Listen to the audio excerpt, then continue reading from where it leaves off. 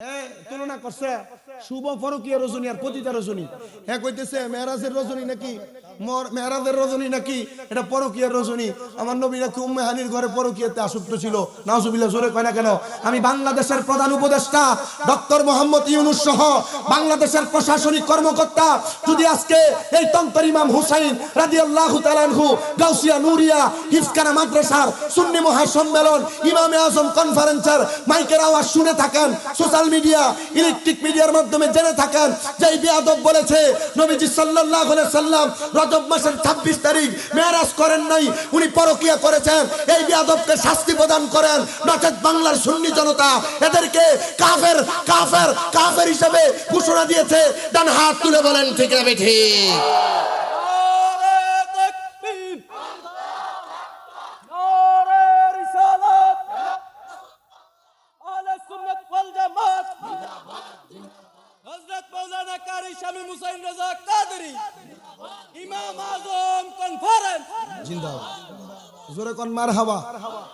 ইসলামের ন্যূনতম জ্ঞান মানে তন্তর ইমাম হুসাইন মাদ্রাসার নুরানির ফুলার যে জ্ঞান আছে, নাজারা মাদ্রাসার ছাত্রর যে জ্ঞান আছে, হিফজ বিভাগের প্রথম পরে এই ফুলার যে জ্ঞান আছে, এই ব্যাককুলির জ্ঞানও নাই।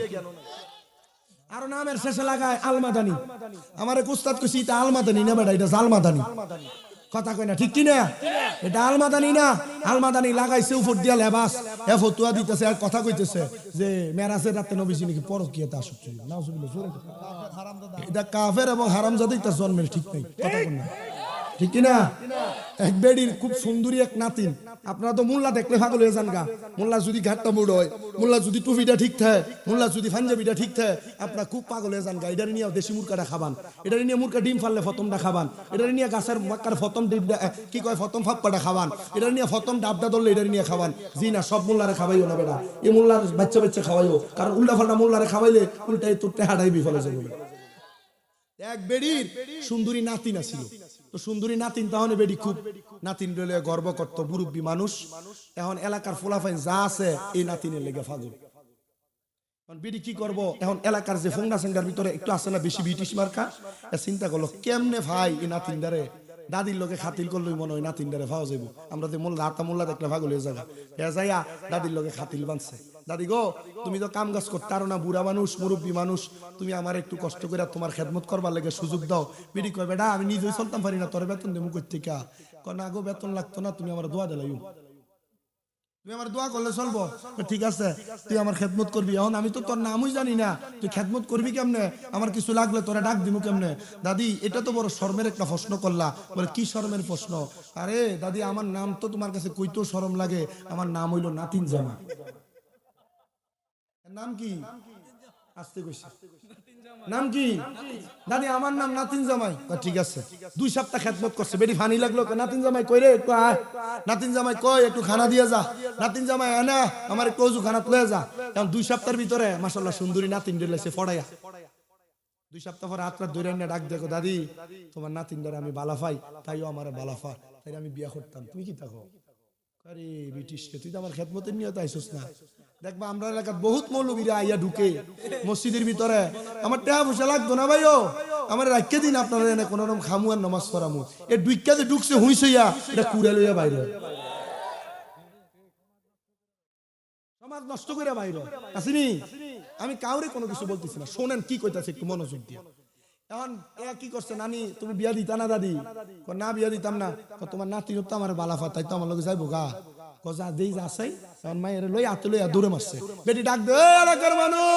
আমার নাতিন জামাই আমার নাতিন ভাগ্য জায়গা মানে ডাক দেয় দূর বিড়ি করবি, নাতিন জামাই নাতিন যাইতো না, তরে নিলে যেত। আমরা সমাজের বহু মৌলবী সাবরা মেরাজের রাইতে রে ফরকিয়ার রাত, মেরাজের রাতে রে পরকীয়ার রাত, মিলাদকে আমরা বেদাত, নবী নূর মানলে না এটা বেদাতীদের লক্ষণ। এটা নাতিন জামাই নামক মাইয়াসু, নাতিন জামাই নামক বলৎকারের বুঝছি। এরা আমাদের ইসলামটারে নাতিন লইয়া যেমনে নাতিন জামাই বাচ্চাটা ফলায়, এরা আমরা ইমান লইয়া ফলায়।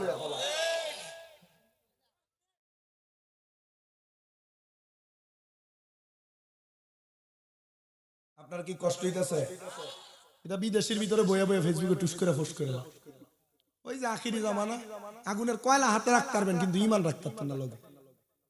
ঘর থেকে বাইরে হবেন ইমান লইয়া, ঘরে ঢুকবেন বেঈমান হইয়া।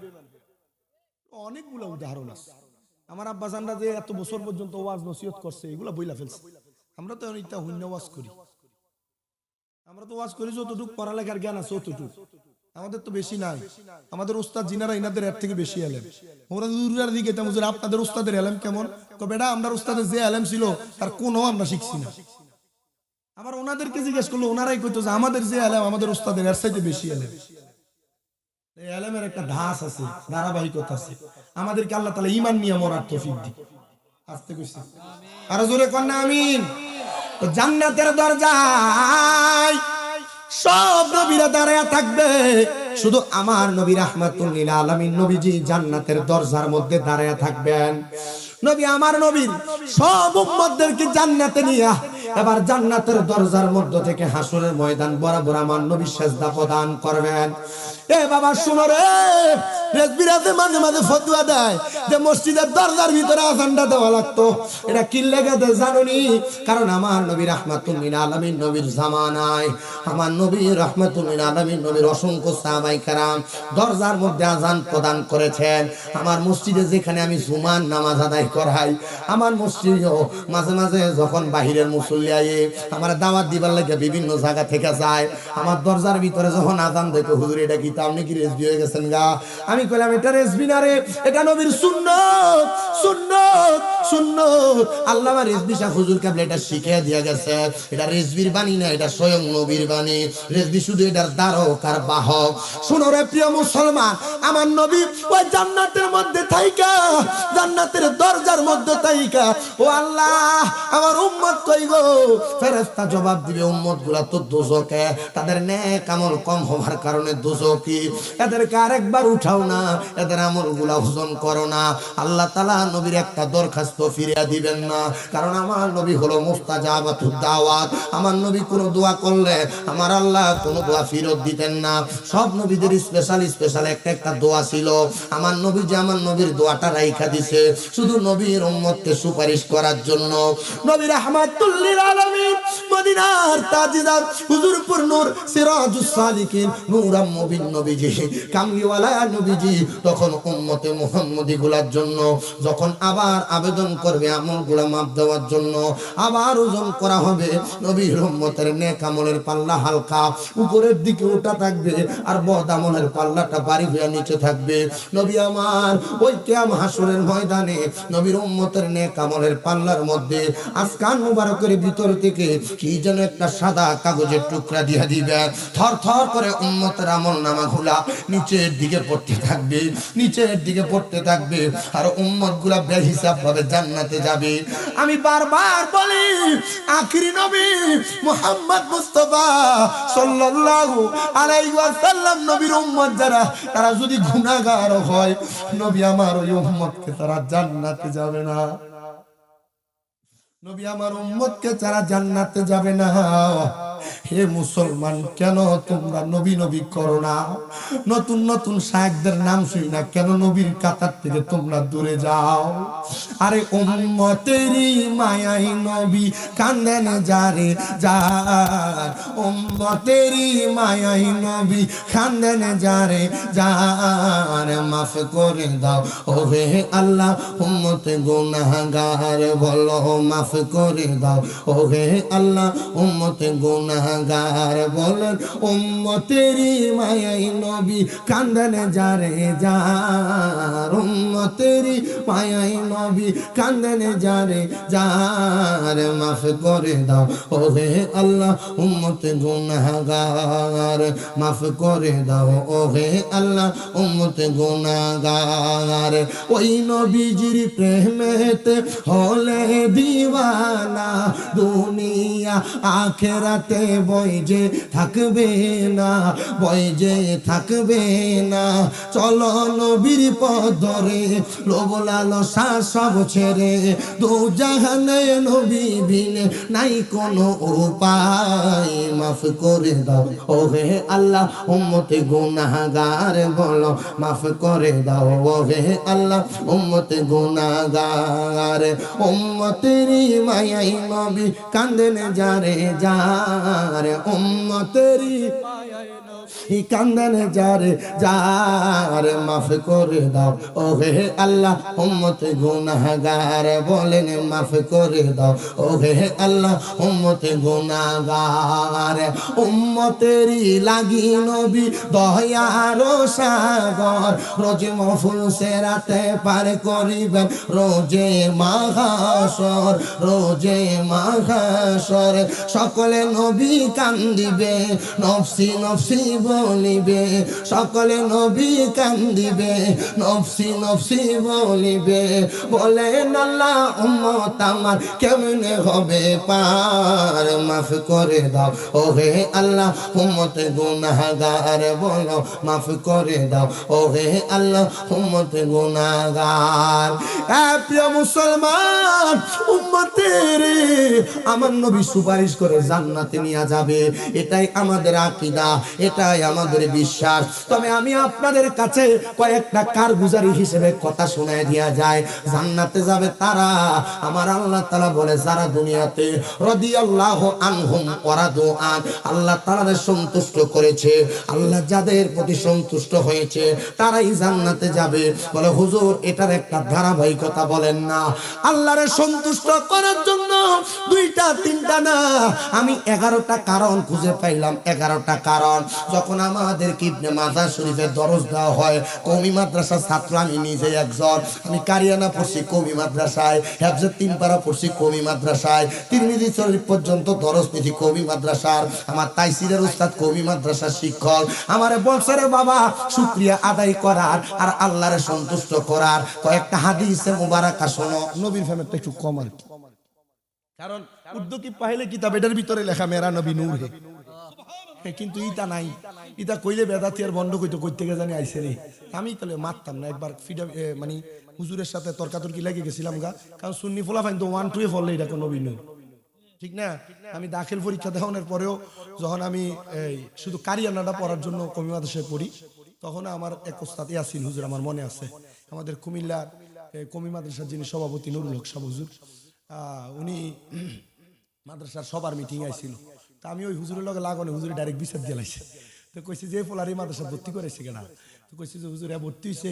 হ্যাঁ নাই আমরা এনে ফরতো তা আমার এক হুজুরে ডাক দিয়ে নিয়ে কইছে যে তুমি যে এনে ফরো তুমি যে এনে ফইরা দেয় আমরা বহাবই করবা আমি বহাবই করছি না আমি এই জীবনে বহাবই করছি না কারণ বহাবই করবো বোরহানুদ্দিন রাজা বহাবই করবো আমরা নুরি হুজুর বহাবই করবো সুন্নি বড় বড় হুজুররা আমি বহার দরকার নাই আর আমি বহিনা দেখে আমার লগে লগে বীরে আস্তে আস্তে সুন্নি হয়ে জায়গা আজীবন মিলাদকে আমরা বেদাত করছি আর মাদ্রাসা আমার মাদ্রাসা চাকরি দিছি চাকরি দেওয়ার সময় আমি কইছি যে আমরা ফেসবুক চালান একটু অ্যাড হই আমার লগে মেসেজে কথা কমু মানে সিনিয়র তলে আর ফেসবুকে কি আছে কিন্তু সামু উল্টা পাল্টা লাইন আছে না ভালো লাইনে কারণ কালার ফোলা ফাইনে চরিত্র পুরোটা ফেসবুক কথা কয় না আর ফোলানের থেকে বেরিয়ে তেরটা হচ্ছে টিকটকের ভিতরে কথা কয় না কালকে আমি ভবানীপুর জিকির করলাম আমি আজকে আমার কাছে ফোলা পাইনি হমান যে ভাড়াইতেছে জিকির ফোলা নিজে দাঁড়ায় জিকির করছে এটার ভিতরে কি একটা ডিজে গান জানি লাগাই দিছে এটা আমি রানী আর মাহফিল করে এইদিকে রওনা দিছি এটা স্টেজে ওঠার আগে আসছিল 1.2 মিলিয়ন স্টেজ থেকে নামার পরে 2.1 মিলিয়ন আমি চিন্তা করলাম ভাগ হল আমার বদনাম করবার লাগে জিকির শাস্ত্র ডিজে বানাইয়া এখন দিয়ে আমার পরিচিত বানাই দিলি মানুষের কাছে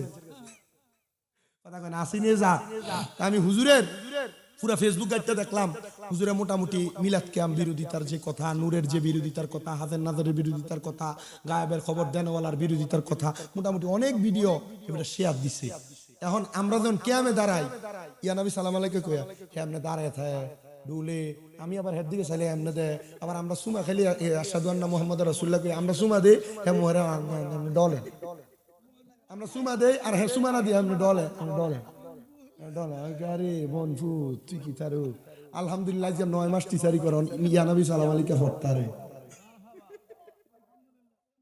মারহাবা কয় না তো আরে হ্যাঁ বিশ্বাস না করো খের তো ফরায়া ছেড়ে দিছি আমি কেউরে কিছু কই না আপনি জোর করে জীবনে কেউরে কিছু কইয়া করাই পারবেন কি দরকার জোরাজুরি এগুলা সমাধান বড় বড় ওলামায়ে কেরাম বহুত আগে দিয়া গেছে তবে আমারে আল্লাহর সন্তুষ্টির কয়েকটা কারণ শিখাইতে দেয়া বলছে 1 নাম্বার আল্লাহর ইবাদত 2 নাম্বার মা বাবার খেদমত তবে আম্মা আব্বার খেদমত ছাড়া আল্লাহর ইবাদত কইরা কোনো মানুষ আল্লাহরে খুশি করতে পারে না আপনারা কি কষ্ট নিতেছেন?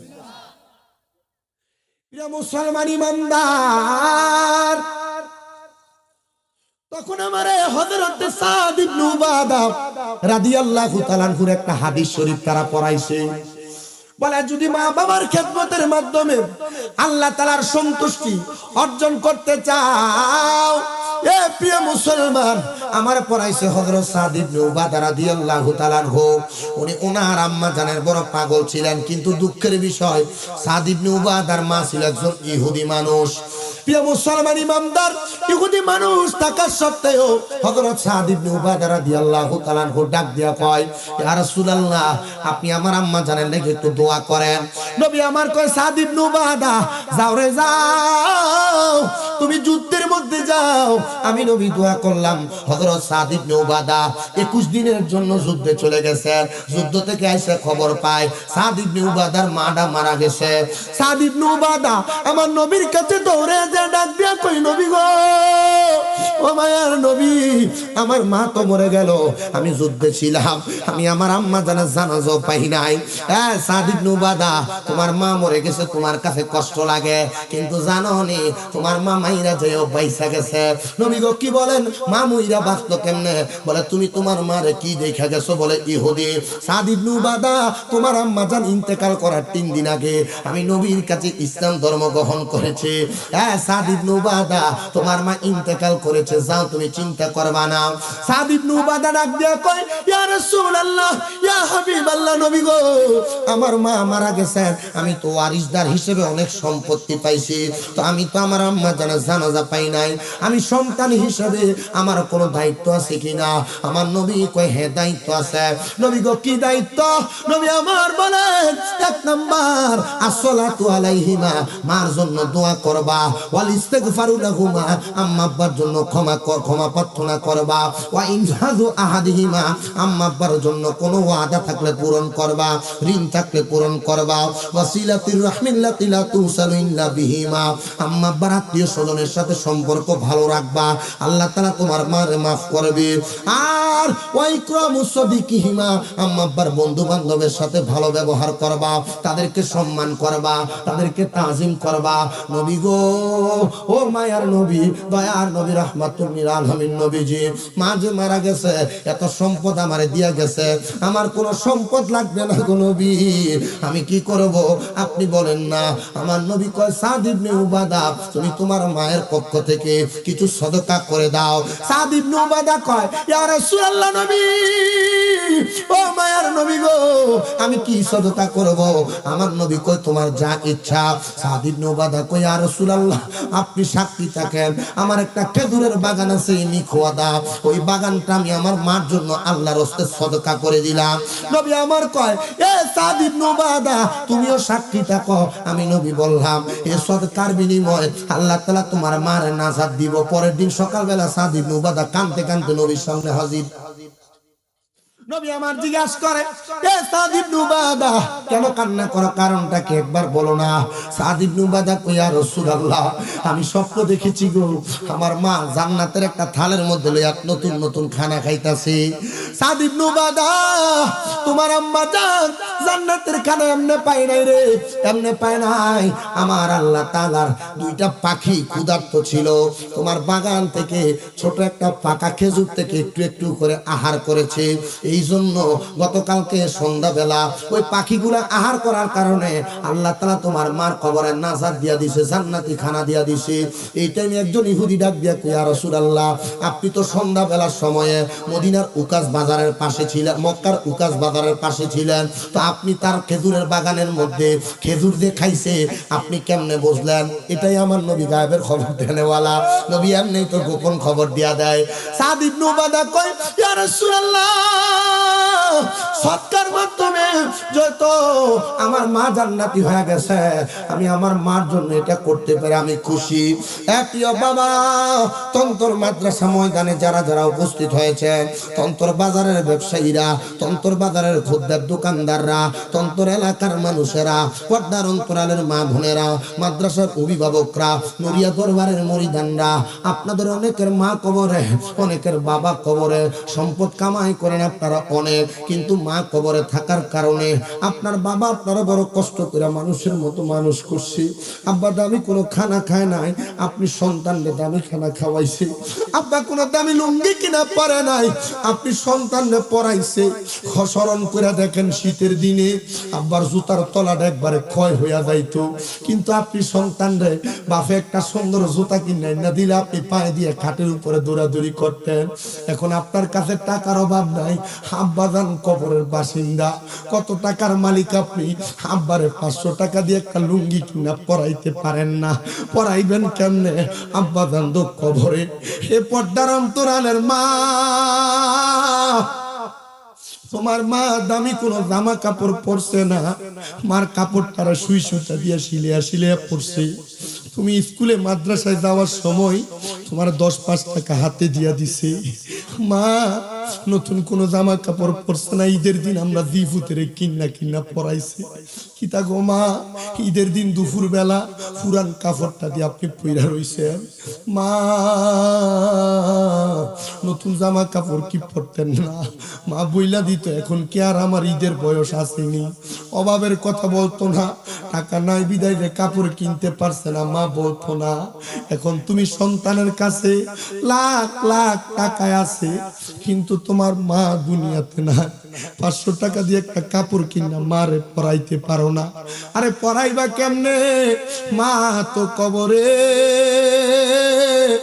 ও সন্তান, আজকে আমি স্টেজে ওঠার সময় মাদ্রাসা থেকে নামার পরে একটা ফুল আমার হাতটাতে মুঠ করে দুইটা কান্দা দিছি।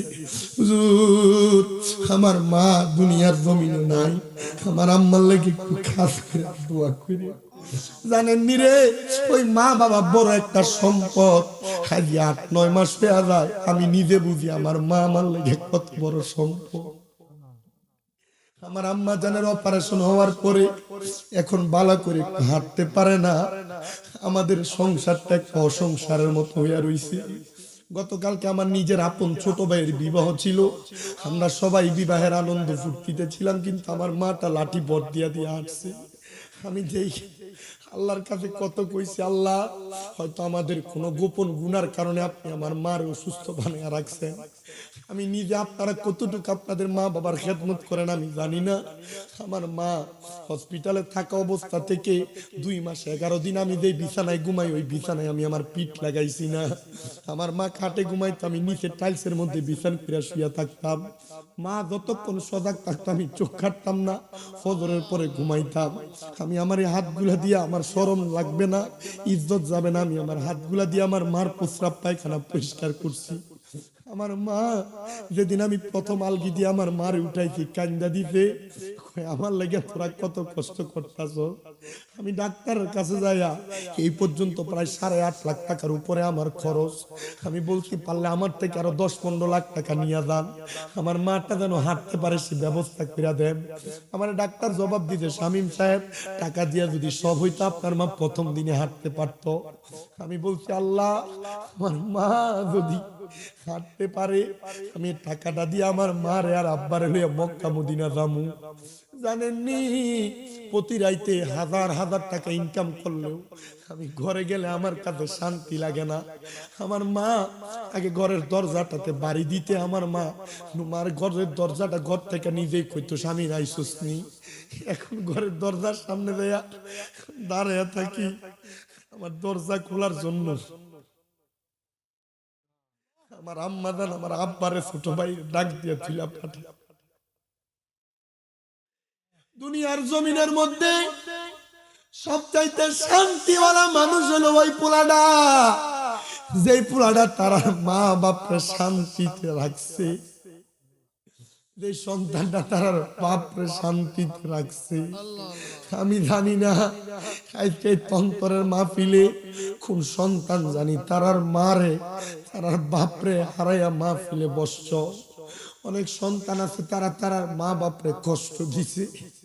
আমি আপনাদের কাছে করজোরে আবদার করি, মা বাপ যদি কবরে থাকে, মা বাবার কবরের সামনে দিয়ে পশ্চিমটা পিঠ দিয়া কবরটার মধ্যে হাতটা রাইকে শুধু বলবেন রব্বির হামহুমা কামা রব্বায়ানি সগীরা। আর যদি বাইসা থাকে সন্তান দে, তোর পাও আমার সামনে দে, আমি তোর পায়ে জিব্বা দিয়া পরিষ্কার করে দিব, তবু মা বাবার পায়ে ধরে মাপ চাই। কারণ কি জানো, আম্মা আব্বার পায়ে ধরে মাপ চাইলে দাম কমে না। আমি আজকে 9-10 বছর ওয়াজ করি, আল্লাহ আমারে দামি বাড়িতে রাখে, দামি গাড়ি চড়ায়, আমার এলেম দিয়া না। আমি যেদিন শুনছি মা বাবার পায়ে চুমা দিলে আল্লাহ দাম বাড়ায়, আমি আমার মা বাপরে পায়ে চুমা দিতি, এখনো চুমা দেই। গতকালকে আমার ভাই বিবাহ করতে যাবে, আমি জুমাতে চলে যাইতে কইছি আব্বু আম্মুরে পায়ে চুমা দিয়া তারপর বিয়া করতে যাইবি। জানেননি, আপনাদের কাছে আমার করজোরে আবদার, আম্মা আব্বার পায়ের কাছে ছোট হইলে কোনো সন্তানের দাম কমে না, ইজ্জত কমে না। যে সন্তানের মা কবরে বাবা কবরে, ওই সন্তানটা চিন্তা করে হুজুর যারার বাড়িতে আব্বা আছে তারা বাড়ি যা বাপের পায়ে ধরে মাপ চাইবো। আমার তো আব্বা নাই, আমি কার পায়ে ধরে মাপ চামু? হুজুর যাদের বাড়িতে মা আছে তারা বাড়িতে যাই মার পায়ে ধরে মাপ চাইবো। আমার তো মা নাই, আমি কার পায়ে ধরে মাপ চাইবো?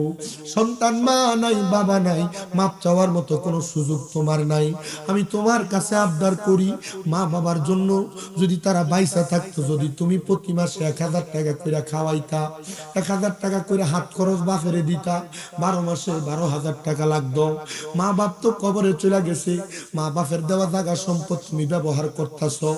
ওই আম্মা আব্বা যদি তোমার জায়গা জমি না দিয়া যাইতো, তন্তর এলাকায় ভাড়া থাকলে মাসে সর্বনিম্ন 5,000 টাকা ভাড়া লাগতো, 12 মাসে 60,000 টাকা ভাড়া দেওয়া লাগতো।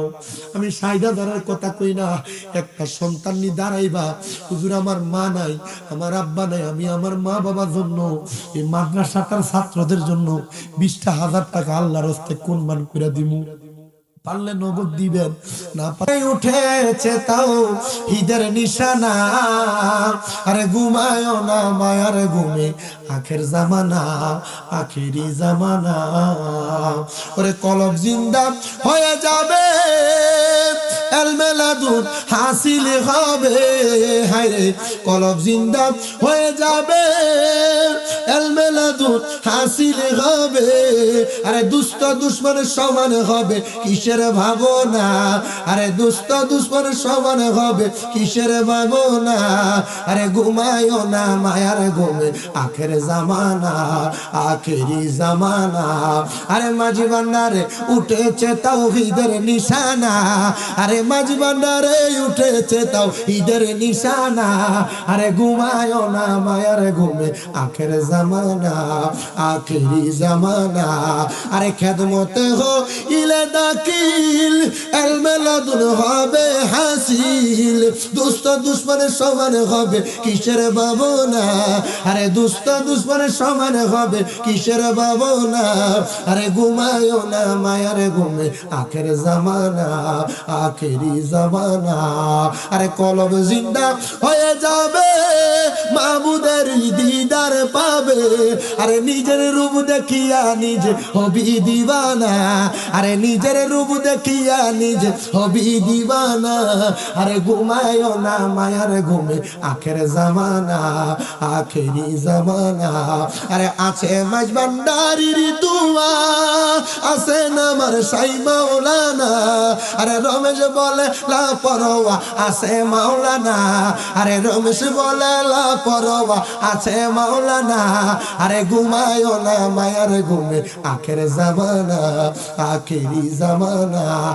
আল্লাহ আল্লাহ আল্লাহ আল্লাহ আল্লাহ আল্লাহ আল্লাহ আল্লাহ আল্লাহ আল্লাহ আল্লাহ আল্লাহ আল্লাহ। ও দয়াল নবীজি তুমি প্রেম শিখাইয়া কোথায় লোকাইলা, মারহাবা আল্লাহ আল্লাহ আল্লাহ আল্লাহ। ও দয়াল নবীজি তুমি প্রেম শিখাইয়া কোথায় লোকাইলা, মারহাবা আল্লাহ আল্লাহ আল্লাহ আল্লাহ। তোমার প্রেমে জ্বলতে জ্বলতে, তোমার প্রেমে জ্বলতে জ্বলতে হৃদয় কালা করিলাম তুমি প্রেম শিখাইয়া কোথায় লোকাইলা মারহাবা আল্লাহ আল্লাহ যেই দিন তোমার নামটি শুনিলাম গো নবী নামটি শুনিলাম তোমার নামের প্রেম মালা গলাতে রাখলাম মারহাবা আল্লাহ আল্লাহ দিদার দিয়া ধন্য কর নবী দিদার দিয়া ধন্য করো করো জালা অবসান তোমায় না দেখিলে বাঁচে না পরাণ আমার মুর্শিদ জান তোমায় না দেখিলে বাঁচে না পরাণ মারহাবা আল্লাহ আল্লাহ একটু কমান আল্লাহ আল্লাহ তোমার প্রেমে কলি সায়াঙ্গার গো মুর্শিদ কলি সায়াঙ্গার তোমার প্রেমে জয়না বইরা অন্তর হইছে সাগাই মারহাবা আল্লাহ আল্লাহ তোমার প্রেমে রাখো আমায় তোমার প্রেমে রাখো আমায় দূরে হেইনা দিও না মুর্শিদ না দেখিলে বাঁচে না পরাগান মারহাবা আল্লাহ আল্লাহ আল্লাহ আল্লাহ আল্লাহ একদিন নিয়া যাইবা ইমানদার বা নাইয়া নিও ইমানদার বা নাইয়া নিও নবী জির প্রেম ইমানের মোল নবী জির প্রেম ইমানের মোল সবাই বোঝার তৌফিক দিও মারহাবা আল্লাহ আল্লাহ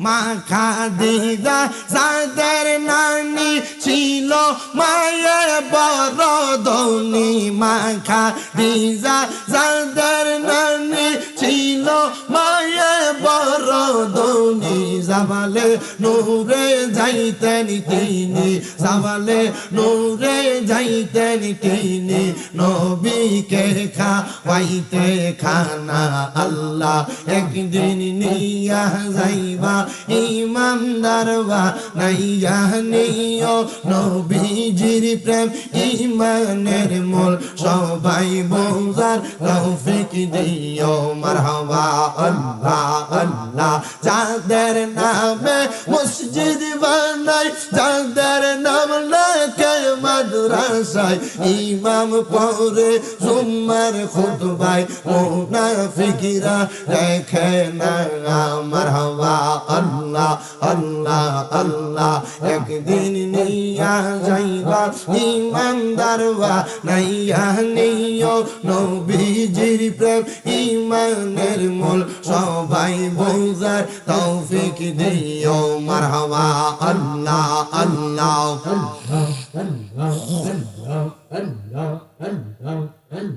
লা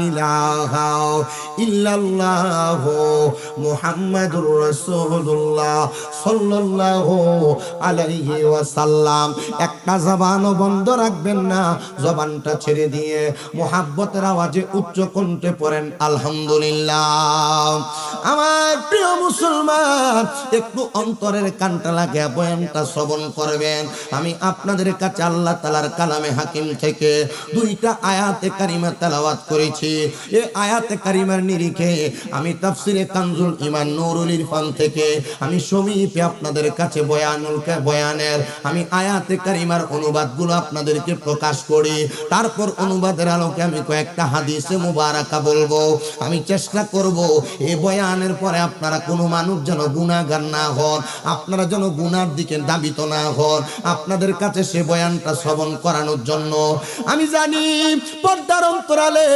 আমার অনেক মা বোনেরা বয়ান শুনতেছেন আমি আল্লাহ তাআলার কোরআনুল কারীম থেকে আমি যে আয়াত তেলাওয়াত করেছি। আল্লাহ তাআলা জানিয়ে দেয় বান্দা ওয়ালা তাকুনু তোমরা তাদের মতো হইও না কাল্লাযিনা যাহারা নাসুল্লাহ নিজের কথা বলে গেছে ফা আনসাহুম আনফুসাহুম আল্লাহ তাআলা নিজেই তাদেরকে ভুলে রাখছে উলাইকা হুমুল ফাসিকুন আল্লাহ তারা কারা বলে তারা হলো ফাসিক। আমি আপনাদের কাছে আগে আপনাদেরকে ফাসিকের কয়েকটা উদাহরণ বুঝিয়ে দেই। মুসলমান দেখবেন আমাদের সমাজের মধ্যে এমন অনেক মানুষ বসবাস করে যারা কথায় কথায় মিথ্যা কথা বলে। এক নাম্বার ফাসিক হলো তারা। দুই নাম্বার যারা তাদের জবানের ভাষাকে খারাপ করে, মানে বন্ধু বান্ধব চলাফেরার পথে, দোকানে বসে, রাস্তাঘাটে, ব্যবসায়িক কাজে কর্মে তারা গালি গালাজ করে, মন্দ কথা বলে। দুই নাম্বার তারা হলো ফাসিক। তিন নাম্বার যারা বেশি বেশি করে নামাজ ছেড়ে দেয় এরা হলো ফাসিক। চার নাম্বার আমি হিসাব মিলে দেখলাম যারা দাড়িকে কেটে ফেলে অথবা দাড়িকে ফোম শেভ করে ফেলে এদেরকে পেলাম আমি ফাসিক। কিন্তু জানেন এই ফাসিকের ধারাবাহিকতা আল্লাহ তাআলা কোরআনুল কারীমে তাদেরকে স্মরণ করান নাই। আল্লাহ তাআলা স্মরণ করাইছেন আমাদেরকে। আমাদের পূর্ববর্তী অনেক মানুষ ছিল যারা দুনিয়াতে ভালো ভালো কাজ করেছে, যারা নেক নেক কাজ করেছে। আল্লাহ তাআলা কোরআনুল কারীমের আয়াতে কারিমাতে জানিয়ে দেয় ইয়া আইয়ুহাল্লাযীনা আমানু তাকুল্লাহ ওয়াল তানজুর নাফসুম মা কদ্দামাত লিগাদিন ওয়াত্তাকুল্লাহা ইন্নাল্লাহা খাবীরুম বিমা তা'মালুন। আল্লাহ জানিয়ে দেয় বান্দা তোমরা যারা ঈমানদার তোমরা আল্লাহকে ভয় করো। ওয়াল তানজুর তোমাদের প্রত্যেকের তাকানো উচিত নাফসুম মা কদ্দামাত লিগাদ তোমাদের পূর্ববর্তীদের দিকে। ওয়াত্তাকুল্লাহ ওয়াত্তাকুল্লাহ আল্লাহ কয় তোমরা আবার আমি আল্লাহরে ভয় করো। কিন্তু আয়াতে কারিমার মধ্যে একটা জায়গাকে উজ্জ্বল রাখা হয়েছে। যে জায়গাটা উজ্জ্বল রাখা হয়েছে সেই জায়গাটা আমার নবীজি হযরত আনাস ইবনে মালিক রাদিয়াল্লাহু তাআলা আনহুর হাদিসে মুবারাকার মাধ্যমে জানিয়ে দেয়। একই হাদিসকে হযরতে সামুরা রাদিয়াল্লাহু তাআলা আনহু বর্ণনা করেছেন। জানিয়ে দেয় দুনিয়ার মানুষ তোমরা কেন তোমাদের পূর্ববর্তীদের দিকে তাকাইবা জানো? বলে কেন তাকাইব? বলে তোমাদের পূর্ববর্তী যারা গুনাহগার ছিল, পূর্ববর্তী যারা বদকার ছিল, পূর্ববর্তী যারা বেআমল ছিল, পূর্ববর্তী যারা বদনসিব ছিল তাদের মতো তোমরা হয়ো না। বলে কেন গো? বলে তারা জাহান্নামের অতল গহ্বরে যাবে। ও মায়ার নবী গো, আমরা তো জাহান্নামে যেতে চাই না, আমরা সবাই জান্নাতে যাইতে চাই। বলে কেন জান্নাতে যাইতে চাও না? বলে একটাই মাত্র কারণ গো, আল্লাহ তাআলা বলেছেন লা ইয়াস্তাউই আসহাবুন নারি ওয়া আসহাবুল জান্নাহ। আল্লাহ তাআলা নিজে ঘোষণা করতেছে যারা জান্নাতি তারা আর যারা জাহান্নামী তারা এই দুই প্রকারের মানুষ একরকম না। আল্লাহ কেন গো? আল্লাহ বলে আসহাবুল জান্নাতি হুমুল ফাইজুন, যারা জান্নাতি তারা হলো সফল কাম। হ্যাঁ তন্তরের বাবারা এত কষ্ট করে গভীর রজনীতে শীতের বেলা বাড়িতে কম্বল গায়ে দিয়ে না ঘুমায়া আপনারা যে কষ্ট করে বসেছেন আপনারা বলেন জান্নাত পাওয়ার জন্য না জাহান্নামের জন্য? আসতে বলতেছেন আপনারা ফুরাই ফুটে গেছেন। আপনারা যদি আমার কথাগুলোর জবাব দেন আমি ওয়াজ করে মজা পাব। আসলে আমার এমনি দেখতে দেখা যায় কম বয়স জোয়ান, আমি গাড়ি চড়তে চড়তে আমার ভিতরটা বুড়ো হয়ে গেছে হুজুর। আমি কালকে আপনাদের এই যে ভবানপুরি দিই বনগঞ্জ ভবন এখানে মাহফিল করে গেছি। এখনো আইসি ওই যে রানিয়ার বিষ্ণুপুর কয়ে কালকে এখানে মনে আদ্রা আর মাহফিল যমুনা আমি দমুরের উপরে আছি আর কি। তো মোটামুটি যে দৌড়াই যে আমার শরীরটা কুলায় না। আমি আপনারা অনেকে হয়তো জানেন আমার কয়টা মাদ্রাসা, কেউ জানেননি? 6টা পর্যন্ত আছে কেটা আদিব আছে 6টা পর্যন্ত, এইটা ঠিক আছে। আমি আমার এগুলারে কন্ট্রোল করে 7 নাম্বারটা আমার বাড়িতে, আমি নিচতলা থাই দোতলা এখনো চালু করি নাই। আমি এই পেরেশানিটা কইরা আমি ওয়াজ করতে আমার খুব কষ্ট হয়। তবু কষ্ট আর পেরেশানি থাকলো শুধু এক ওয়াদা রক্ষার্থে আসি। আর বিশেষ করে বাকি বিল্লাহ আমি কালকে রাত্রে জায়গাটা হাইটা ঘুরে গেছি, আড়াইটা এমন বাজে আমি ঘুরে গেছি শুধু মোহাব্বতের কারণে এখানে আসি। কিন্তু আমি যদি এই মোহাব্বতের মাধ্যমে আপনাদেরকে জান্নাতের রাস্তা দেখাইতে পারি আপনারা কি সেই রাস্তা নিবেন না? এরা চিন্তা করতেছে হুজুর মানুষ তো মাংনাতে হয় তুলার বোঝাও পায় না। আসলে সত্য কথা, যেখানে বসছেন তাবারুক দেওয়া হবে ঠিক আছে, কিন্তু তাবারুকের বিষয়টা তো মাথায় আসেই। কিন্তু তাবারুকের পূর্ববর্তী ক্ষণে আমরা যদি জান্নাতের রাস্তা ক্লিয়ার না করতে পারি আমাদের জীবন ব্যর্থ। কথা কন না? আমাদের জীবনটা কি ব্যর্থ। আপনারা জান্নাতে যাওয়ার জন্য মাহফিলে বসছেন, কে কে একটু হাত তোলেন।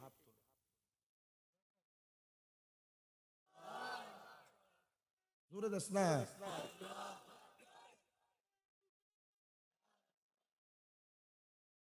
জিন্দাবাদ।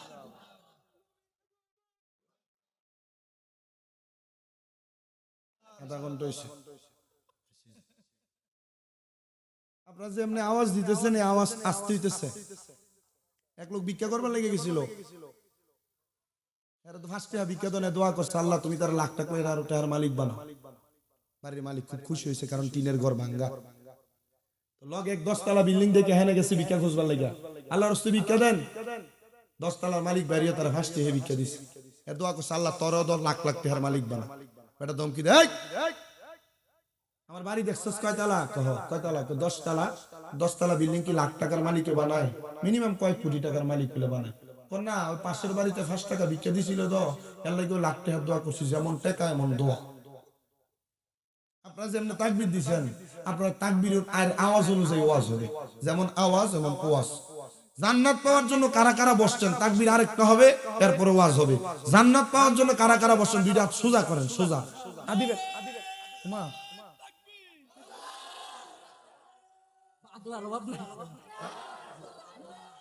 না জানি, আমি না দিলে একটা তো যাবে, আর আখিরি নবী বুঝে দেবে। ঘরে ঘরে যা, এটা আমরা এলাকার ফাঁকা না।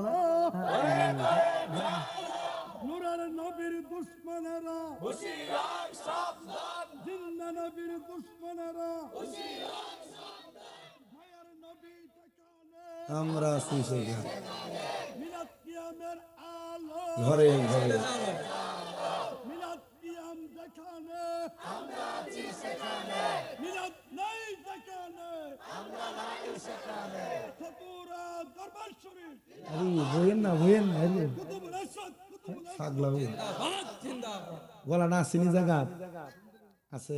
মাশাআল্লাহ, আল্লাহ কবুল করেন, আমিন পড়েন। আমি জান্নাতে যাওয়ার জন্য, জান্নাতের রাস্তা ক্লিয়ার করার জন্য আমরা এখানে বসছি। তো জান্নাতি মানুষ যারা, এদেরকে আমাদের চিনার দরকার, বলেন না? চিনার দরকার আছে না? এখন জান্নাত তো অনেক পরে। আমাদেরকে যখন বুখারী শরীফের দরজ দেওয়া হয়, আমাদের উস্তাদ, আপনাদেরই এলাকার রানীখারের জামাই মরহুম আল্লামা আব্দুল মতিন রহমতুল্লাহ আলাই, আমার সরাসরি উস্তাদ, বুখারী শরীফের দরজ দিয়েছেন হুজুর আমাকে। আমি হুজুরের সোহবতে বেশি দিন থাকতে পারি নাই, তবে ইন্তেকালের অসুস্থ হওয়ার আগের 17 দিন আমি হুজুরের একবারে কাছাকাছি ছিলাম। হুজুর ইন্তেকালের পরে আমি হুজুরে নিজে গোসল দিছি। আমি গোসল দেওয়ার সময় আমি দেখছি মানুষ মারা যাওয়ার পর ঘাল লক হয়ে যায় না, হুজুরকে যেভাবে নাড়াচাড়া করিয়ে পাবে, মানুষের শরীর দেখবেন যে কেমন জানি হয়ে যায়। হুজুরের গাও যত জায়গা দিয়ে ধোয়া হচ্ছে, তত জায়গা শুধু পরিষ্কার হচ্ছে। আল্লাহর কসম করে বলি, আমার কাছে আমার প্রিন্সিপাল হুজুর কেবলাকে, আমি মাদ্রাসায় গেলেই আমরা যখন পরীক্ষার হলে বসতাম, হুজুর যে হাইটা হাইটা আসতো হাত নাড়ায়া এই বলে ডাক দিত, আমরা আজকে কামেল ফেকার পরীক্ষা দিচ্ছি ফাইনাল, আমি পরীক্ষার হলে আসি, কিন্তু আমাদের মাদ্রাসা ঠান্ডা বোঝা গেছে। আমার কাছে কুমিল্লা আলিয়া মাদ্রাসা ঠান্ডা বোঝা গেছে। প্রিন্সিপাল হুজুর যখন হাঁটতেন, হুজুর আসতেন যে দোতলা থেকে, হুজুর আসার গর্জন বোঝা যাইত, পুরা মাদ্রাসা নিরাল হয়ে যেত। আমি এতটুক বুঝতাম আকীদার ব্যাপারে প্রিন্সিপাল হুজুর কাউকে ছাড় দিতেন। এতটুক বুঝতাম প্রিন্সিপাল হুজুর যখন কিতাব পড়াইতেন, বাংলা কিতাব হাতে দিলে সরাই রেখে বলতো, বেটা এলএম শিখবা কেমনে, আরবি কিতাব সামনে দাও। এতটুক বুঝতাম হুজুর যখন আমাদেরকে সামনে ডাক দিতেন, রাগান্বিত ভাষায় কথা বলতেন, আসার সময় বলতো মনে কষ্ট পাইছো। এতটুক বুঝতাম যে প্রিন্সিপাল হুজুর কেবল আমাদেরকে আদর করে এলএম দেওয়ার চেষ্টা করতেন, আমরা ফাঁকি দেওয়ার চেষ্টা করতেন। তবে আপনাদের কাছে আমরা এতটুক বলি, জান্নাতি মানুষ জান্নাত পর্যন্ত যায় চিনা লাগবে না, জান্নাতি মানুষ দুনিয়াতে চিনা যাবে। ইযা রুউ যুকিরাল্লাহু আযজা ওয়া জাল্লা, যে চেহারার দিকে তাকাইলে আল্লাহর কথা মনে হবে, এটা জান্নাতি মানুষ, আর এটাই জান্নাতের বাদশা হবে।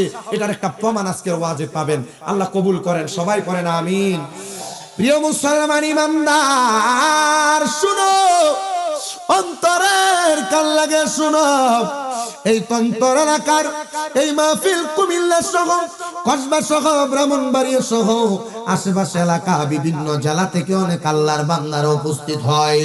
এই এলাকার কত মানুষ মারা যায়, মারা যাওয়ার সময় বিছানায় প্রস্রাব পায়খানা করে। কত মানুষ মারা যায়, মারা যাওয়ার সময় নাকি মুখে দিয়ে রক্ত ছেড়ে দেয়। কত মানুষ মারা যায়, মারা যাওয়ার সময় চোখ উল্টে জিহ্বায় কামড় দিয়া দেয়। এ মায়ার নবী গো, আমরা তো এমন মরণ চাই না গো, চাই না। কারণ জান্নাত অনেক পরের রাস্তা। জান্নাতের আগে আমার আল্লাহ তাআলা ফুলসেরাত বানাইছেন। ওই ফুলসেরাতের নিচে আল্লাহ জাহান্নাম সাজাইছেন। ওই ফুলসেরাতের আগে আমার আল্লাহ তাআলা মিজান টানাইছেন, মিজান। ওই মিজানের আগে হাসরের ময়দান। হাসরের ময়দানের আগের মাকামের নাম হলো কবর। কবরের আগের মাকামের নাম হলো মাকামে দুনিয়া, আলমে দুনিয়া। এই দুনিয়ার জমিনের মধ্যে থাইকা আমরা কত রং তামাশা করলাম, কিন্তু জানো যারা মুমিন বান্দা, যারা ইমানদার বান্দা, তারা মারা যাওয়ার সময় প্রস্রাব পায়খানা করে না, জিহ্বায় কামড় দেয় না, নাকে মুখে দিয়ে রক্ত ছেড়ে দেয় না, তাদের দুনিয়ার জমিনে চোখ উল্টে দেয় না। মায়ার নবী গো, আপনি নবী বলেন না কেমনে মরে। নবী আমার জানে দেয়, একটা মুমিন বান্দা ইন্তেকাল করার আগে আমার আল্লাহ তাআলা তার কাছে দুইটা রহমতের ফেরেশতা পাঠিয়ে দেয়। হ্যাঁ মুসলমান, তোমরা যারা নামাজ আদায় করো না, তোমরা যারা দান সদকা করো না, তোমরা যারা মা বাবার খেদমত করো না, তোমরা যারা ইমানের নজরদারিতে ইমানের পাহারাদার হও না, মনে রাখবারে মরণটা ভালো মরণ হবে না। কিন্তু নবী আমার জানে দেয়, কোন মুমিনের রূহ কবজ করার জন্য আজরাইল আলাইহিস সালাতু ওয়াস সালাম আসার আগে গো আমার আল্লাহ তাআলা দুইজন রহমতের ফেরেশতা পাঠিয়ে দেয়। ওই দুইজন রহমতের ফেরেশতা মুমিন বান্দাটার সামনে অপেক্ষমান থাকে।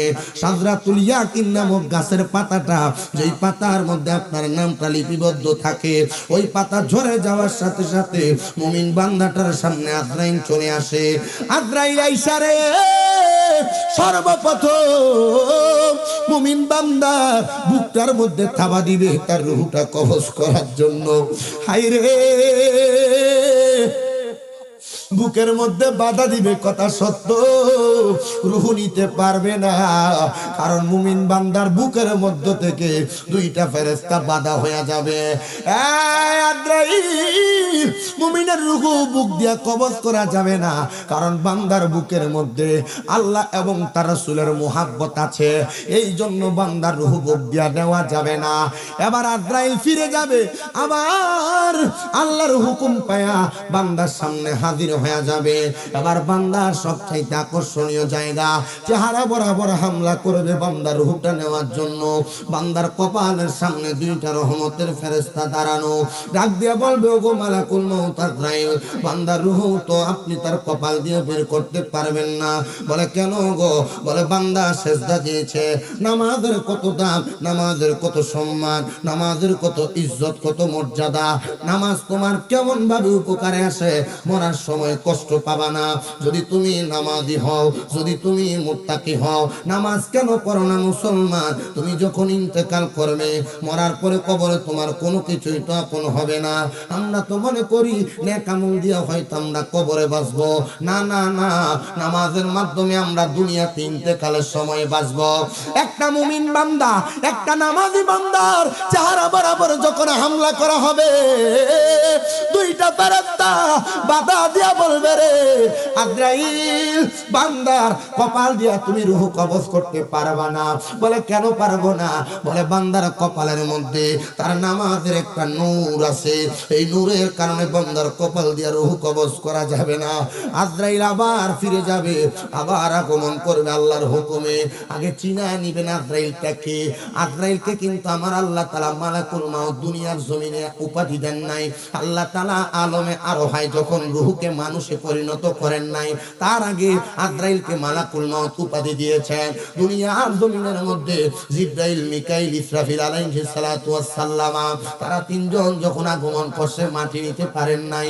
আজরাইল আলাইহিস সালাতু ওয়াস সালাম দুনিয়ার জমিন থেকে এক টন দুই টন মন নয়, অনেক মন মাটি নিছেন। কোন কোন বর্ণনাকারী বলেন 40 মন মাটি একসাথে নিয়ে গেছেন। আচ্ছা বলেন তো, যে হাতের মধ্যে 40 মন মাটি আটে, ওই হাতটা যদি কারোর বুকের উপরে করে রাখা হয়, এই মানুষটা তো জীবিত থাকারই কথা না, এমনি তো সেপ্টা হয়ে যাওয়ার কথা। আজরাইল দুইবার মুমিনের সামনে এসে হামলা করবে। ওই আজরাইল যখন রূহ নিতে পারবে না, আমার আল্লাহ তাআলা তৃতীয়বার আবার আজরাইলকে পাঠাবে। আজরাইলে আইসা রে ওই বান্দার ডান বাহু বরাবর হামলা করবে রূহ নেওয়ার জন্য। ডান বাহু থেকে জবাব আসবে, রে আজরাইল বান্দার ডান দিক দিয়ে রূহ নেওয়া যাবে না। বলে কেন কেন গো? আরে বান্দার ডান দিকে তার মা বাবার খেদমত আছে, এই জন্য বান্দার রূহটা কবজ করা যাবে না। আজরাইল আলাইহিস সালাতু ওয়াস সালাম যখন দুনিয়ার জমিনে আবার আগমন করবে, চতুর্থবার আগমন কইরা রে আজরাইলে একটা মুমিন, একটা মুত্তাকি, একটা নামাজি, একটা পরহেজগার, একটা মুসলিহ বান্দার বাম দিক দিয়ে হামলা করবে। বাম বাহু থেকে আবার আওয়াজ আসবে, আজরাইল বান্দার বাম দিক দিয়ে রূহ নিতে পারবা না। বলে কেন? বলে বান্দার বাম দিকে তার দান এবং সদকা গুলা আছে, এই জন্য বান্দার বাম দিক দিয়ে রূহ কবজ করা যাবে না, চলে যাবে। আজরাইল আলাইহিস সালাতু ওয়াস সালাম আল্লাহ গো কেমনে বান্দার রূহ কবজ করব? বলে বান্দা কালেমা পড়ার কারণে বান্দা তো ঈমানের সাথে মৃত্যুবরণ করবে, এই বান্দা এমনে এমনে মারা যাবে না। বান্দা কালেমা পড়া ছাড়া তার ইন্তেকাল হবে না। কারণ যারা মুমিন, যারা মুত্তাকি, যারা ফরেজগার, যারা নামাজি, যারা রোজাদার, যারা ইবাদতকারী, দান সদকাকারী, ওই ব্যক্তিগুলা ঈমান নিয়ে মারা যাবে। ঈমান ছাড়া মরবে না, বেঈমানের মতো মারা যাবে তারা। দুনিয়ার জমিনে ইবাদত তরক করেছে যারা, বেঈমানের মতো মারা যাবে তারা। যারা হারাম খাবার খাইছে, সুদের টাকা, ঘুষের টাকা খাইছে। আপনারা বলেন এমন বেঈমান হারাম করো বাংলার সমাজে আছে না নাই? আমাদের সমাজের মানুষ সুদখোরগুলারে দূরে মসজিদের সভাপতি বানায়, সুদখোরগুলারে দূরে মসজিদের সেক্রেটারি বানায়, এলাকার সর্দার মাতাব্বরির দায়িত্ব সুদখোরগুলাকে দেয়। কথা কন না? দেয় না? সুদখোরের সভাপতি বানাইছো কেন যদি জিগা? মসজিদ ছাড় ডালে দিবার সময় সব দিলে অর্ড দিছে, এর সভাপতি বানাইতাম না, তোরে বানাইতাম। কেমন দমকার মুসলমান, চিন্তা করে না হারাম করে মসজিদের সভাপতি দিছে, তখন এটা যে ইমাম সাহেবের গরম দেয়। কথা কয় না? আছে না নাই? যদি জিজ্ঞাস করে কোন ঘুষখোরেরা কেন মসজিদের সেক্রেটারি বানাইলা, ডাক দিয়া কয় আমরা মসজিদের সবই টাইলস দিছে বেড়ায়, এই জন্য আমরা তারা মসজিদের সভাপতি সেক্রেটারি বানাইছি। না না প্রিয় মুসলমান শুনো, এ মানুষগুলা দুনিয়াতেও ভালো মানুষ না। এরা মরার সময় ভালোভাবে মরবে না, এরা মরার পরেও ভালো থাকবে না। এরাদের ঠিকানা হলো জাহান্নাম। শুধু জাহান্নাম নয়, আমার আল্লাহ তাআলা জাহান্নামের কিছু আলামত তাদের মধ্যে প্রকাশ করেছে। তো আমি আপনাদের কাছে বেঈমানের কথা বলতেছিলাম না, মুমিনের কথা বলতেছিলাম, আমলওয়ালার কথা বলতেছিলাম, নেককারের কথা বলতেছিলাম। এবার যখন নেককার বান্দাটা দুনিয়ার জমিনের মধ্যে তার রূহ নেওয়া হয় নাই, আজরাইল আগমন করবে তার রূহ নেওয়ার জন্য। তার মানে যারা মুমিন বান্দা, যারা নামাজি বান্দা, তারা কালেমা পড়তে পড়তে মারা যাবে, ইন্তেকাল করার সময় ঈমান নিয়ে মারা যাবে। প্রিয় মুসলমান ভাইরা আমার শুনো, অন্তরের কান লাগে শুনো গো, বান্দাটা কিছুক্ষণ অপেক্ষা করার পর যে দুইজন রহমতের ফেরেশতা আগমন করেছে, ওই ফেরেশতাগুলা বান্দার মাথার মধ্যে হাত বুলিয়ে দিবে। আরেকজন ফেরেশতা বান্দার মুখের সামনে জান্নাতি তুফা আপেলটাকে ধরে রাখবে। ওই বান্দাটা চক্ষুটা খুইলা সাথে সাথে দেখবে জান্নাতি তুফার মধ্যে কালিমা তাইয়্যিবা লেখা, লা ইলাহা ইল্লাল্লাহ মুহাম্মাদুর রাসূলুল্লাহ সাল্লাল্লাহু আলাইহি ওয়াসাল্লাম। জবান খুলে জোরে কন্না মারহাবা। আর সে আল্লাহর নামের সাথে নবীর নামের মনোগ্রাম, আর সে আল্লাহর নামের সাথে নবীর নামের মনোগ্রাম। জান্নাতের গেটে গেটে লেখা নবী, আল্লাহর নামের পাশে নবীর নাম। আল্লাহ দুনিয়া বানালেন নবীর শান বুঝাতে, আল্লাহ বেহেশত সাজালেন নবীর শান দেখাতে, আল্লাহ বেহেশত সাজালেন নবীর শান দেখাতে। আমার প্রিয় মুসলমান শুনো, অন্তরের কান লাগে শুনো গো, মুমিন বান্দা যখন তার জবান দ্বারা কালেমা পড়বে, কালেমা পড়ার সময় বান্দার জবান দ্বারা বাতাস বের হবে। আমি কিন্তু এই ওয়াজটা একটা হাদিসের আলোকে বলতেছি না, 7টা হাদিসে মুবারাকা কইরে ওয়াজটাকে আমি গোছাইছি, একটু মনোযোগ দিয়া শুনলে আপনাদের। যখন বান্দা কালেমা পড়বে, আজরাইল আলাইহিস সালাম মুখ দ্বারা বাতাস বের হওয়ার সময় ওই বান্দা রূহটা কবজ করবে। বান্দা কোনো কষ্ট পাবে না, বান্দা কোনো টের পাবে না। বলে কেন কষ্ট পাবে না, কেন টের পাবে না? বলে একটা ছোট্ট বাচ্চা দুধ পান করার সময় মা তার মাথার মধ্যে হাত বুলিয়ে দিলে ওই বাচ্চাটা যেমন ভাবে আরামে ঘুমায়া যায়, ইমানদার বান্দা তেমন ভাবে আরামে ঘুমায়া যাবে। এ পর্দার অন্তরালের আমার মা গো, নুরিয়া দরবারের পাগলেরা গো, শোনো গো, আমি চাই না গো তোমরা জাহান্নামে যাও, আমি চাই না গো তোমরা বেঈমান হইয়া মরো, আমি চাই এলাকার প্রত্যেকটা মহিলা জান্নাতি হইয়া মরো, আমি চাই প্রত্যেকটা মহিলা ইমানদার হইয়া মরো, প্রত্যেকটা মহিলা মুমিন হইয়া মরো। যদি তুমি মুমিন হইয়া মরতে চাও, নামাজি হইয়া যাও, আল্লাহ নবী বলা হইয়া যাও, রোজাদার হইয়া যাও, মা বাবার পাগল হইয়া যাও, দান সত্যকারী হইয়া যাও, দেখবা আল্লাহ তাআলা তোমাদেরকে নাজাত প্রদান করবে। এবার মুমিনের রূহটারে নিয়ে যাবে, দেহ পরে থাকবে, দেহের তো কোনো দামই নাই, দেহ পরে থাকবে দুনিয়ায়। মানুষ এটারে গোসল দিবে, মানুষ এটারে কাফন দিবে, মানুষ এটারে জানাজা পড়বে, মানুষ এটারে দাফন করবে, কিন্তু রূহ নিয়ে আজরাইল চলে যাবে। রূহ আজরাইলকে জিজ্ঞাসা করবে, এ আজরাইল তুমি কেন আমার এত আস্তে আস্তে নিয়ে যাও? যদি তুমি জানতা আমার আল্লাহ তাআলা আমার জন্য কত মহামূল্যবান পুরস্কার রেডি করে রাখছে, তাহলে তুমি আমার এত আস্তে আস্তে নিয়ে যাইতা না। দেহ কিন্তু দুনিয়ায়, রূহ কিন্তু আজরাইলের হাতে, দেহটা পরে থাকবে দুনিয়ায়। আশিক লিখতেছে, দেহ তোমার চর্মচর গলে পচে যাবে, শিরায় উপশিরা গুলো ছিন্ন ভিন্ন হবে, দণ্ড মেরু দণ্ড সবই হবে খণ্ড খণ্ড, দণ্ড মেরু দণ্ড সবই হবে খণ্ড খণ্ড, সকলই হবে তোমার পর। রে মন আমার কেন বান্ধ দালান ঘর, একদিন মাটির ভিতরে হবে ঘর। রে মন আমার কেন বান্ধ দালান ঘর, রে মন আমার কেন বান্ধ দালান ঘর। প্রাণ পাখি উড়ে যাবে পিঞ্জর ছেড়ে, ধরা দমে সবই রবে, তুমি যাবে চলে। বন্ধু বান্ধব যত, মাতা পিতা তাহারা সুত, বন্ধু বান্ধব যত, মাতা পিতা তারা সুত, সকলই হবে তোমার পর।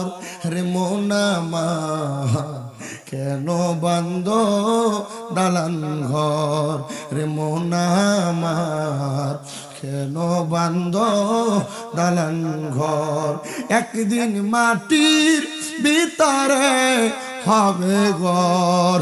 রে মন আমার কেন বান্ধ দালান ঘর। বান্দার দেহ দুনিয়ায় আর রূহ আজরাইলের কাছে। বান্দার রূহটারে প্রথম আসমানের সামনে যখন নিয়ে যাওয়া হবে, আসমানের অসংখ্য ফেরেশতারা আহলান ওয়া সাহলান মারহাবান মারহাবান দুইউফুর রহমান বলে বলে স্বাগতম জানাবি। এ আজরাইল, এই রূহটা বুঝি একজন মুমিন বান্দার রূহ। প্রশ্ন করবে, জিজ্ঞাসা করবে, কিভাবে বুঝলা, কেমন করে বুঝলা এটা মুমিন বান্দার রূহ? বলে বান্দার ইবাদতের নূর দিয়া বান্দার রূহটা একদম সুগ্রাণ প্রকাশ করতেছে। এজন্য আমরা বলতে পারলাম বান্দা একটা মুমিন বান্দা। নবীজি এই মুমিন বান্দারে তো জান্নাতের দিকে নিয়ে যাওয়া হবে। ও নবী গো, ওই দেহটার কি অবস্থা হবে? আমার নবীজি জানিয়ে দেয় উম্মত, ওই দেহের জন্য আল্লাহ তাআলা অনেকগুলা পুরস্কার রাখছে। দুনিয়ার মানুষ দেখবে তন্তর এলাকার কোন মানুষ যখন মারা যায়, ওই মানুষটার দেহটারে কবরের মধ্যে এমনে মাটির 3.5 হাত কবরে শোয়া দেয়। কিন্তু না না না, কোন মুমিন বান্দা, মুত্তাকি বান্দা, ফরেজগার মুসলিম বান্দা যখন মারা যায়, তার মারা যাওয়ার পরে তার কবরে জান্নাতি 3 জন ফেরেশতা জান্নাতের একটা বিছানা বিছায়া দেয়। দুনিয়ার মানুষ দেখে না রে, জান্নাতি বিছানা বিছায়া দেয়। ওই জান্নাতি বিছানাটা বিছায়া দিয়া যখন তারা চলে যায়, মুনকার নাকির মানে সম্মানিত 2 জন ফেরেশতা আগমন করে। ওই সম্মানিত 2 জন ফেরেশতা যখন আগমন করে, ওই ফেরেশতাগুলা কবরের মধ্যে আগমন কইরা বান্দার নুরানি চেহারার ঝলক দেখা বান্দা মুমিন হওয়ার কারণে তারে কোনো সওয়াল জবাব করবে না। আহারে, মুমিন বান্দার কপাল চেহারাই প্রমাণ করে দিবে এটা মুমিন বান্দা, মুত্তাকি বান্দা। ওই বান্দাটার প্রশ্ন সারা বান্দা কবর অবস্থান করবে। কবরের মধ্যে অবস্থানের পরে বান্দার পরবর্তী মাকামের নাম হলো, কবরের পরবর্তী মাকামের নাম হলো হাসরের ময়দান। বলে হুজুর কি বলেন? হাসরের ময়দান তো ভয়ঙ্কর। আমার জমিন মানুষের উলঙ্গ অবস্থায় হাসরের ময়দানে উপস্থিত থাকবে। যাদের পায়ের নিচের মধ্যে না শুধু, যাদের মাথার উপরে না শুধু, তার পুরাটা শরীর থাকবে উলঙ্গ অবস্থায়। একজন আর একজনের দিকে তাকাইতে পারবে না। মা সন্তানের দিকে, সন্তান বাবার দিকে তাকাইতে পারবে না। বলে কেন তাকাবে না? এটার কারণ আছে কয়েকটা। কারণ হইল, 1 নম্বর তাদের পায়ের নিচে উত্তোলিত গরম তামার একটা জমিন থাকবে। থাকার কারণে তারা নিচের দিকে তাকাবে না। তারা আফসোস আফসোস করতে থাকবে। তাদের মাথার 1 বিঘাও পড়ে, কেউ কেউ বলেন 4 আঙ্গুলও পড়ে। 1টা 2টা না, 12টা সূর্যের তাপ পর্যন্ত করা হবে। এত কঠিন কষ্ট হবে। তারা তাদের মাথাগুলো উপরের দিকে দিয়া থাকবে। মুসলমান, একবার জানো কারা কারা হাসরের ময়দানে যাবে? দুনিয়ার নামাজি না বেনামাজি না, নামাজি বেনামাজি সবাই হাসরের ময়দানে যাবে। রোজাদার বেরোজদার সবাই জান্নাত হাসরের ময়দানে যাবে। দুনিয়ার সব শ্রেণীর মানুষ হাসরের ময়দানের মধ্যে যাবে। কিন্তু জানো, হাসরের ময়দানে যখন এমন অবস্থা হয়ে যাবে, রাহমাতুল লিল আলামিন নবীজির হাদিসে মুবারক আমি পড়া দেখলাম। নবী আমার জানিয়ে দেয় উম্মত, আমি নবী পশ্চিম দিক থেকে হাসরের ময়দানে আগমন করব। আগমন করার পরে আমার আল্লাহ তাআলা আমি নবীকে একটা মর্যাদার জায়গা দান করবে। ওই জায়গাটার নাম হলো মাকামে মাহমুদ। আরেকটা জায়গা দান করবে, সেটার নাম হলো লেওয়ায়ে হামদ। লেওয়ায়ে হামদ মানে হলো সম্মানিত প্রশংসার একটা পতাকা। ওইটা আমার নবীরে দান করবে। নবী আমার হাসরের ময়দানে নবীর নামাজি, মুত্তাকি, ইমানদার, ফরজগার উম্মতদেরকে টান দিয়া নিয়ে যাবে। তবে মুসলমান, আমাদেরকে জানতে হবে আমার নবী কিন্তু ঈমানওয়ালা এবং আমলওয়ালা। ঈমান এবং আমল রাইখা মনের অজান্তে যদি বড় কোনো গুনাহ হয়ে যায়, আমার নবী জানিয়ে দেয় শাফাতি লি আহলিল কাবাইরি মিন উম্মতি। আমার নবীজির উম্মতের ভিতরে কবিরা গুনাহ করনেওয়ালা উম্মতেরও সুপারিশ করব। এলাকা আপনি গাঞ্জা খাবেন? কবিরা গুনাহ করনেওয়ালা উম্মতরে যদি নবী মাফ করে সুপারিশ করে, এলাকা আপনি নামাজ ছেড়ে দিবেন? কবিরা গুনাহ করনেওয়ালা উম্মতের জন্য যদি নবী সুপারিশ করে, এজন্য আপনার বেডিরে আপনি বেফরদা ছেড়ে দিবেন? কবিরা গুনাহ করনেওয়ালা উম্মতের জন্য নবী যদি সুপারিশ করে, এজন্য আপনি পরের হক মেরে মেরে খাবেন? আচ্ছা, কবিরা গুনাহ করনেওয়ালা উম্মতের জন্য যে সুপারিশ করবে, মারহাবা কয় না দি? বলি আমি শুনছি অনেক আলেমদের মুখে এই কথা শুনছি, হাদিসও শুনছি, কিন্তু এটা আমার নবীজির মর্যাদা বুঝাইছেন। যেমন রাষ্ট্রপতির একটা ক্ষমতা আছে, উনি চাইলেই মৃত্যুদণ্ডের আসামিরে মওকুফ করতে পারেন। রাষ্ট্রপতির নিজস্ব ক্ষমতায় নয়, রাষ্ট্রীয় ক্ষমতা। ঠিক আমার নবীজিকে আল্লাহ তাআলা এমন মর্যাদার মর্তবা প্রদান করেছেন, আমার নবীজি চাইলে নবীর উম্মতের কবিরা গুনাহ করা উম্মতেরও সুপারিশ করতে পারেন। সুবহানাল্লাহ জোরে কয় না তো? আর জোরে কয় না সুবহানাল্লাহ? নবী আমার টান দিয়া দিয়া নবীর মুত্তাকি পরেজগার নামাজি ইমানদার পর্দাশীল নারী স্বামীর আদেশ শুননেওয়ালা নারীদেরকে আমার নবী টান দিয়া দিয়া নিয়ে যাবেন জান্নাতের দরজায়। এবার আসেন জান্নাতের দরজায় বড় একটা খেলা। বলে হুজুর বলেন কি জান্নাতের দরজায় খেলা নাকি? হা হা হা, জান্নাতের দরজায় কেমন খেলা জানো নি? আমার নবী কয় আনা আউয়ালু মান ইয়াকরাউ বাবাল জান্নাহ, সর্বপ্রথম আমি নবী জান্নাতের দরজা খুলবো। আদম থেকে ঈসা নবী পর্যন্ত জান্নাতের দরজার বাম দিকে একটা সিরিয়াল দাঁড়াইবে, আর তাদের বাম দিকে তাদের উম্মতদের সিরিয়াল হবে। আর আমার নবী একা নবীর উম্মতদেরকে নিয়ে যারা নামাজি মুত্তাকি ইমানদার, নামাজ পড়লে খালি ফেরফেরে জান্নাতে যাবেন, কথা এটা না। নবী ছাড়া জান্নাতে যাওয়া সম্ভব না। সাবধান, আমরা সুন্নিরা নবী নবী করি, এটার কারণ একটাই, কারণ নবী আমাদেরকে নিয়ে জান্নাতে যাবে। আপনি নবীর আগে জান্নাতে যেতে পারবেন, কারণ নবী তো জান্নাতের দরজা প্রথম খুলবে। আনা আউয়ালু মান ইয়াকরাউ বাবাল জান্নাহ, সর্বপ্রথম জান্নাতের দরজা আমি নবী খুলবো। এবার জান্নাতের দরজায় কি খেলা শুনো। জান্নাতের দরজার যে ফেরেশতা, ওই ফেরেশতাকে নবীর সম্পর্কে সব বলা হয়েছে, কিন্তু ওই ফেরেশতাকে আমার নবীকে দেখানো হয় নাই। মারহাবা ক। আমাদেরকে এই প্রিন্সিপাল হুজুরে বলছিল, আব্বাজি জান্নাতের দরজার ফেরেশতা নবী সম্পর্কে সব জানে, কিন্তু ওনাকে শুধু আমার নবীজিকে দেখানো হয় না। বলে কেন দেখানো হয় নাই? আমার নবী জান্নাতের দরজার মধ্যে যাইয়া বলবে, জান্নাতের দরজা খোলার জন্য ফেরেশতা বলবে মান আনতা, কে আপনি? উনি বলবে আনা মুহাম্মাদুর রাসূলুল্লাহ, আমি মুহাম্মাদুর রাসূলুল্লাহ সাল্লাল্লাহু আলাইহি ওয়াসাল্লাম।